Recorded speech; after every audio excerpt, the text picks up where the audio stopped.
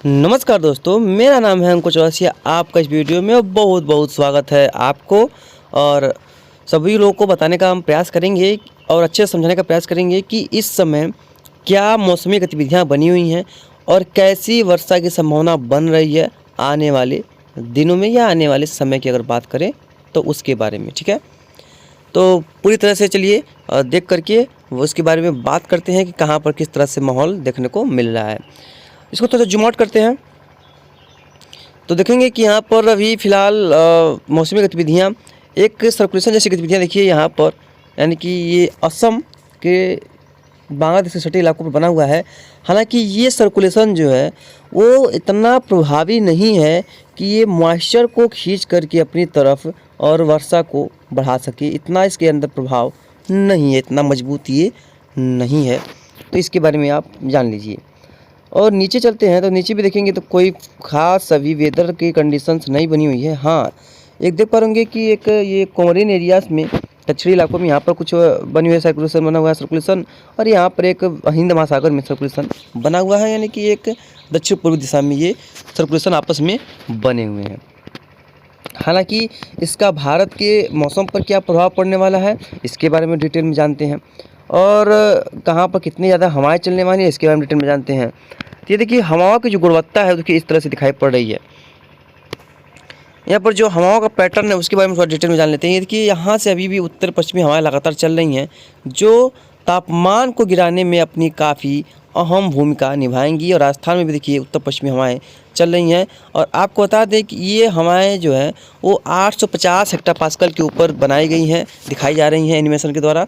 बाकी जगहों पर इसकी अन्य हवाओं का जैसे कि 925 हो गया और सरफेस विंड ये नहीं है। ठीक है, चलिए आगे बढ़ते हैं, देखते हैं कि कहाँ पर कैसा रहेगा सिस्टम का हाल। तो अगर 17 को शाम को चलते हैं तो रात में तो देखेंगे सिस्टम यहीं पर है, जो कम दबाव का क्षेत्र बना हुआ है, इसको हम बोल सकते हैं। 18 को देखेंगे तो सिस्टम देखिए ये मूव कर जाएगा आगे तरफ और अपना अस्तित्व खोने लगेगा। बाकी 18 के शाम को भी देखेंगे तो ये अपना अस्तित्व खोने लगेगा। लेकिन इसके बावजूद ये केरल और तमिलनाडु के आसपास क्षेत्रों पे काफ़ी ज़्यादा तेज़ वर्षा ये दे सकता है। कुछ इलाकों में काफ़ी तेज़ वर्षा भी देखने को मिल सकती है। 19 के आसपास देखेंगे तो 19 के आसपास भी देखेंगे तो यहाँ पर फिलहाल सिस्टम फिलहाल बंगाल की खाड़ी हो या अरब सागर हो, कोई ज़्यादा खास सिस्टमों का बनना नज़र नहीं आ रहा है। 20 के आसपास देखेंगे फिर भी देखेंगे कोई भी सिस्टम देखने को नहीं मिल रहा है। बाकी हिंद महासागर में सिस्टम मिल रहा है लेकिन ये भारत पे इसका कोई प्रभाव देखने को नहीं मिलेगा। 21 के आसपास देखेंगे तो 21 के आसपास भी देखेंगे कोई भी सिस्टमों का प्रभाव कहीं पर भी देखने को नहीं मिल रहा है। और यहाँ हाँ कि देखिए यहाँ पर एक एंटी साइक्लोन की गतिविधियाँ बनी हुई हैं, यहाँ पर देख पा रहे होंगे। 21 को शाम को चलेंगे तो 21 के शाम को भी देखेंगे फिलहाल अरब सागर हो या बंगाल की खाड़ी हो, कोई भी सिस्टमों की गतिविधियाँ फिलहाल नहीं है। किसी प्रकार से यहाँ पर जो सिस्टम बनते दिखाई नहीं पड़ रहे हैं।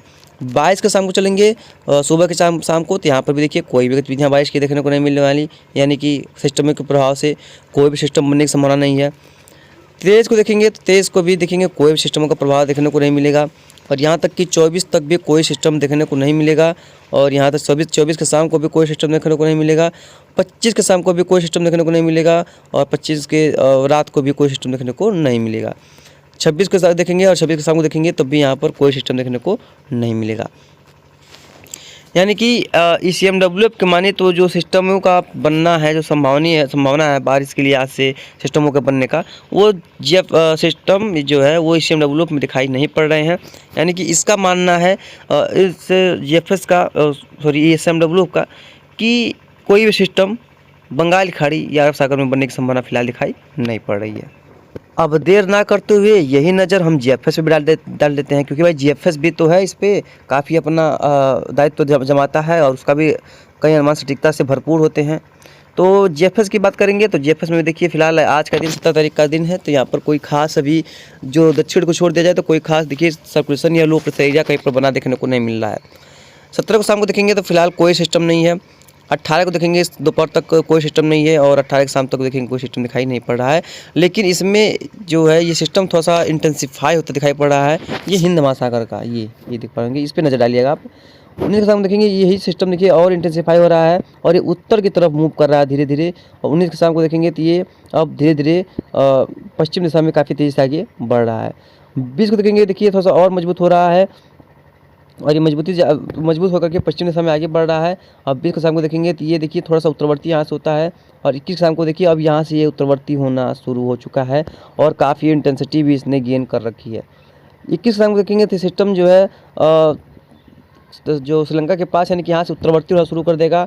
जीएफएस का ये मानना है, जीएफएस का ये कहना है कि यहाँ से उत्तरवर्ती शुरू करेगा।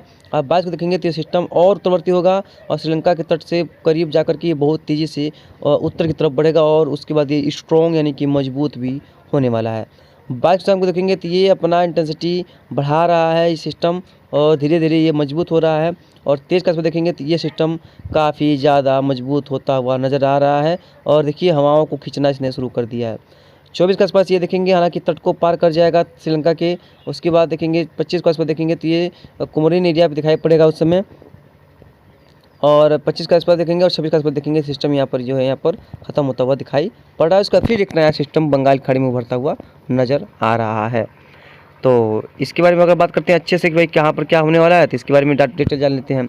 तो देखेंगे ये यानी कि ये सिस्टम जो है एक बंगाल खाड़ी में उभरता हुआ सिस्टम जो है वो नज़र आ रहा है, देख पा रहे यहाँ पर। तो हम उम्मीद करते हैं कि जल्द से जल्द यहाँ पर सिस्टम बने और कई इलाकों में वर्षा देखने को मिल सके। तो ये आपका हाल है यहाँ का। यहाँ पर देख पाएंगे यहाँ पर भी जो पूर्वइया हवाएं चलनी शुरू होंगी जल्द ही 22-23 के आसपास। यहाँ पर देखिए ईस्टर्ली विंड काफ़ी तेज़ रहेंगे 2-3 दिन के लिए। यहाँ पर देख पाएंगे ये देखिए ईस्टर्ली विंड चल रही हैं। हालांकि इसमें क्लाउडिंग होंगी, बादल आएंगे, बारिश होगी कि नहीं इसके बारे में हम आपको आगे बताएंगे, लेकिन फिलहाल इसमें ऐसा नहीं लग रहा है। बादलों को देखना बनता है कि इसमें बादल कैसे कहाँ पर बने हुए हैं, तभी तो पता चलेगा कि भाई कहाँ पर क्या सिस्टम देखने को मिल रहे हैं। तो जैसा कि कुमरिन एरिया में जो सिस्टम बना हुआ देखिए इसका प्रभाव यहाँ पर बादल दिखाई पड़ रहे हैं। और ये देखिए यहाँ से ट्रफ जैसी गतिविधियाँ बनी हुई है, देखिए किस तरह से यहाँ पर ट्रफ जैसी गतिविधियाँ बनी हुई हैं। काफ़ी अच्छी खासी यहाँ पर रेनफॉल देखने को मिल रही है। तमिलनाडु हो गया, केरला हो गया, कर्नाटका हो गया, पुडुचेरी हो गया, आंध्र प्रदेश का क्षेत्र हो गया। यहाँ पर देखिए कई इलाकों में काफ़ी अच्छी खासी रेनफॉल की संभावना है, कुछ इलाकों में काफ़ी तेज़ वर्षा हो सकती है। बाकी यहाँ पर आंध्र प्रदेश की बात करेंगे तो यहाँ पर भी काफ़ी अच्छी खासी रेनफॉल की संभावना है। और यहाँ पर देख पाएंगे और महाराष्ट्र में भी देखिए यहाँ पर कुछ इलाकों में काफ़ी अच्छी खासी रेनफॉल की संभावना दिखाई पड़ रही है, यानी कि यहाँ पर भी कुछ इलाकों में काफ़ी अच्छी खासी रेनफॉल देखने को मिल सकती है।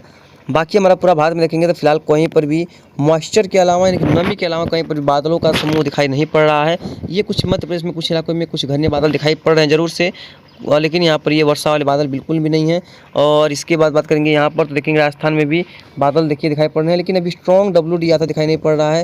देखिए कितने हल्के बादल हैं, राजस्थान हो गया या पूरा ये क्षेत्र हो गया। अब देखिए काफ़ी ज़्यादा हल्के वेस्टर्न डिस्टर्बेंस भी देखिए कोई खास बनता हुआ दिखाई नहीं पड़ रहा है, क्योंकि यही सागर है जहाँ से ये सिस्टम उठते हैं। लेकिन देखिए यहाँ पर भी सिस्टम कोई बनता हुआ नज़र नहीं आ रहा है, यानी कि वेस्टर्न डिस्टर्बेंस अभी फिलहाल दिखाई नहीं पड़ रहे हैं जो कि मजबूत हों और भारी पहाड़ों पर बर्फबारी या भारी वर्षा दे पाएँ, यानी कि उसमें सक्षम हो। लेकिन इन क्षेत्रों में देखिए कोई खास रेनफॉल की एक्टिविटी देखने को फिलहाल नहीं मिलने वाली, जैसे कि हमको संभावना है। और हल्की से मध्यम बारिश होगी और पश्चिमी हवाएं लगातार चलती रहेंगी, लेकिन जल्द ही जेट दक्षिणायन होने वाली है। जेट है वो जो जेट धारा है वो यहाँ से नीचे गुजरेगी, जिसकी वजह से इन क्षेत्रों में फिर से एक बार वर्षा बढ़ सकती है 24-25 के आसपास। लेकिन वो देखने योग्य बातें हैं, जो भी होगा हम आपको आगे अपडेट कर देंगे। धन्यवाद।